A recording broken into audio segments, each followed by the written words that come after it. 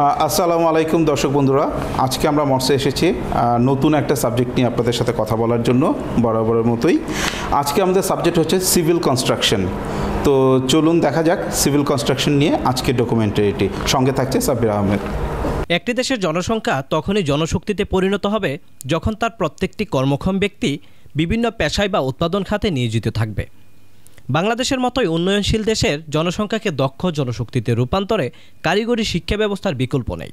কারিগরি শিক্ষা প্রদানের মাধ্যমে দেশের জনগণকে যদি কারিগরি শিক্ষায় শিক্ষিত করে দক্ষ জনশক্তিতে রূপান্তর করা যায়, তবে এটি দেশ তথা সমগ্র জাতির উন্নয়নে কাজে আসবে।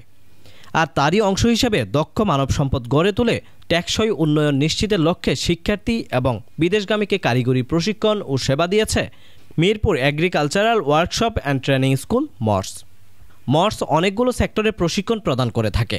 তার মধ্যে অন্যতম কনস্ট্রাকশন বা নির্মাণ প্রকৌশল এক প্রকার পেশাগত শাখা, যা মূলত বিভিন্ন রকম অবকাঠামো যেমন রাস্তা, টানেল, ব্রিজ, বিমানবন্দর, রেলপথ, অন্যান্য সুযোগ সুবিধার জন্য ব্যবহৃত বিল্ডিং, বাঁধ, বিভিন্ন প্রকার উপযোগিতা ইত্যাদি সহ নানা ধরনের প্রজেক্টের নকশা, পরিকল্পনা, নির্মাণ এবং ব্যবস্থাপনা নিয়ে কাজ করে থাকে।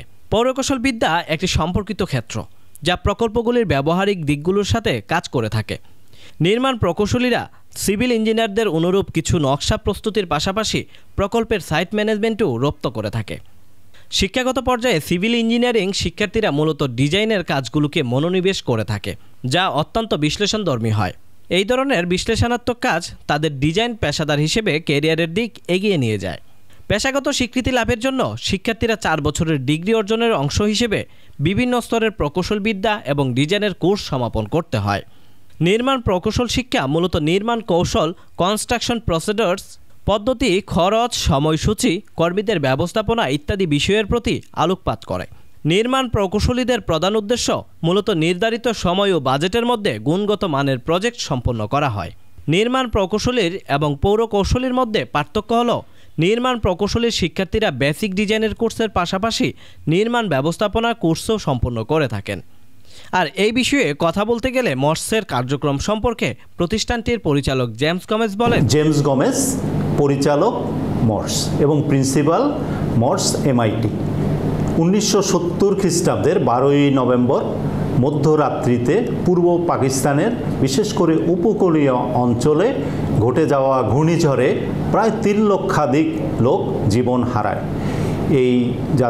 যারা জীবন হারায় তাদের পাশে দাঁড়ানোর জন্য বাংলাদেশে তৎকালীন পূর্ব পাকিস্তানের ক্যাথলিক চার্চ তারা সিদ্ধান্ত গ্রহণ করে এই দুর্গত মানুষের পাশে দাঁড়ানোর জন্য, এবং কোর নামে বর্তমানে যে অর্গানাইজেশনের নাম হচ্ছে কারিতাস, তারা রিলিফ এবং রিহ্যাবিলিটেশন কার্যক্রম শুরু করে। পরবর্তীতে যুদ্ধ চলাকালীন সময়ে বিশেষ করে যারা রেফুজি ছিল তাদের পাশে দাঁড়ানোর জন্য বিভিন্ন কার্যক্রম গ্রহণ করে। স্বাধীনতা পরবর্তীকালে দেশ পুনর্গঠনে বিভিন্ন দায়িত্ব পালন করার পাশাপাশি তারা বিশেষ করে দ্বিতীয় বিশ্বযুদ্ধে যে সকল ট্রাক, লরি এগুলো ব্যবহার করা হচ্ছিল, কারিতাস জার্মানি এবং কারিতাস সুইজারল্যান্ডের মাধ্যমে আমাদের বাংলাদেশকে তারা যখন প্রেরণ করে বাংলাদেশের বিভিন্ন স্থানে এই রিলিফ কার্যক্রম পরিচালনা করার সময় এক সময় দেখা গেল যে এই সকল ট্রাক, লরিগুলো কোনো না কোনোভাবে মেরামতের প্রয়োজন হয়। তখন বিদেশ থেকে বিশেষ করে কারিতাস সুইজারল্যান্ডের বিশেষজ্ঞগণ, ইঞ্জিনিয়ারগণ বাংলাদেশে চলে আসে, কিন্তু একটা সময় তাদের পক্ষে সারা বাংলাদেশে এই সুবিধাদি অথবা প্রয়োজন অনুসারে তারা সেবা দিতে পারছিল না, এবং তখন তারা সিদ্ধান্ত গ্রহণ করে যাতে বাংলাদেশি যদি ওয়ার্কশপ এস্টাবলিশ করা যায়, স্থাপন করা যায়, তাহলে এখানকার যুবরা ট্রেনিং পেয়ে দেশের প্রয়োজনে তারা তাদের সেবা নিশ্চিত করতে পারবে। যার ফলে 1972 খ্রিস্টাব্দে এই স্থানটি আজকে আমরা যেখানে মর্স রয়েছে মিরপুর 11.5 পল্লবী, সেই জায়গাটি ক্রয় করা হয় এবং প্রায় 3 বছর লেগে যায় এই মর্সের যে ওয়ার্কশপটি এবং ট্রেনিং স্কুল সেটি সেট আপ করতে। 1976 খ্রিস্টাব্দে প্রথম 3 বছর ব্যাপী যুবদেরকে ট্রেনিং দেওয়ার কাজ শুরু হয়। এ অবধি প্রায় 2000 শিক্ষার্থী যারা এখান থেকে 3 বছর মেয়াদি কোর্স সম্পন্ন করেছে এবং দেশে এবং বিদেশে তারা ছড়িয়ে রয়েছে। দেশের মধ্যে উল্লেখযোগ্য হচ্ছে নেসলেতে, লিভার ব্রাদার্স, বেক্সিমেকো, স্কয়ার ফার্মাসিউটিক্যাল সহ বিভিন্ন স্বনামধন্য প্রতিষ্ঠানে বর্তমানে তারা কাজ করছে। বিশেষ করে 90-এর দশকে মধ্যপ্রাচ্যে বাংলাদেশ থেকে অদক্ষ শ্রমিকরা যখন যাচ্ছিল, তখন মর্স পরিচালনায় যারা ছিলেন তারা সিদ্ধান্ত গ্রহণ করেন যদি আমরা আমাদের অদক্ষ শ্রমিক না পাঠিয়ে তাদেরকে দক্ষ করা যায়, তাহলে হবে কি দেশের যেভাবে সুনাম তারা বয়ে নিয়ে আসতে পারবে এবং বৈদেশিক মুদ্রা অর্জনেও একটি বড় প্রভাব তারা ফেলতে পারবে। সে অনুসারে বর্তমানে প্রায় 80টির মতো প্রকল্প পরিচালিত হচ্ছে, ট্রেনিং পরিচালিত হচ্ছে। তাদের মধ্যে রয়েছে ওয়েল্ডিং, প্লাম্বিং, কনস্ট্রাকশনের বিভিন্ন ট্রেনিং রয়েছে, ইলেকট্রিক্যাল, অটোমোবাইল, মেকানিক, এই সকল বিষয়গুলোর মাধ্যমে সারা পৃথিবীতে মর্স থেকে যারা ট্রেনিং পেয়েছে তারা এখন ছড়িয়ে ছিটিয়ে।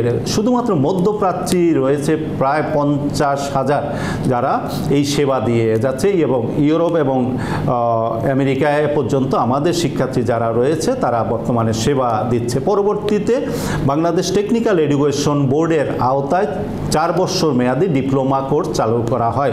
বর্তমানে প্রায় 1100 শিক্ষার্থী রয়েছে, তারা অধ্যয়নরত অবস্থায় আছে এবং এ যাবৎ প্রায় 2000 শিক্ষার্থী যারা 4 বছরের ডিপ্লোমা কোর্স সম্পন্ন করেছে। শুরু থেকে যদি আমরা বলি, যুবরা ছিল আমাদের টার্গেট এবং তাদের বিশেষ করে মানবিক ভ্রাতৃত্ব গঠনে শিক্ষা এবং কারিগরি এবং বৃত্তিমূলক যে শিক্ষা সেটি আমাদের প্রায়োরিটি ছিল। যারা সব থেকে পিছিয়ে রয়েছে তাদেরকে আমরা এগিয়ে নিয়ে আসার ব্যাপারে আমরা অগ্রাধিকার দিয়েছি এবং আত্মকর্মসংস্থান যাতে তৈরি হয়, তারা যাতে সৃজনমুখী হতে পারে, তারা যাতে উৎপাদন সহায়ক, আমাদের শিক্ষাটাই ছিল উৎপাদন সহায়ক, তারা যাতে কাজ শেখার পরপরই উৎপাদনের সাথে জড়িত হতে পারে, কন্ট্রিবিউট করতে পারে, আত্মকর্মসংস্থানের তারা ব্যবস্থা করতে পারে, অন্যের উপরে নির্ভর না করে আত্মকর্মসংস্থান শুরু করার চিন্তা করেছিল। সেই দীর্ঘ 51 বছর পূর্বে আমরা বিগত 2023 খ্রিস্টাব্দের 24শে নভেম্বর মর্সের তার 50 বছর জুবলি পালন করেছি একত্রিত। এটি ছিল একটি বড় ধরনের মিলন মেলা। আমাদের প্রাক্তন শিক্ষার্থী, আমাদের বর্তমানে যারা আছে এবং বিশেষ করে গণ্যমান্য ব্যক্তিগণ তারা একত্রিত হয়েছিলেন এবং তারা পরামর্শ দিয়েছেন কিভাবে মর্স তার সেবা কার্যক্রম আগামীতে, বিশেষ করে আগামী 10 বছর 20 বছর পরবর্তীতে আমরা আরও সুন্দরভাবে পরিচালনা করতে পারি। আমরা রিফাত ভাইয়ের কথা আপনাকে বিশেষভাবে বলতে চাই।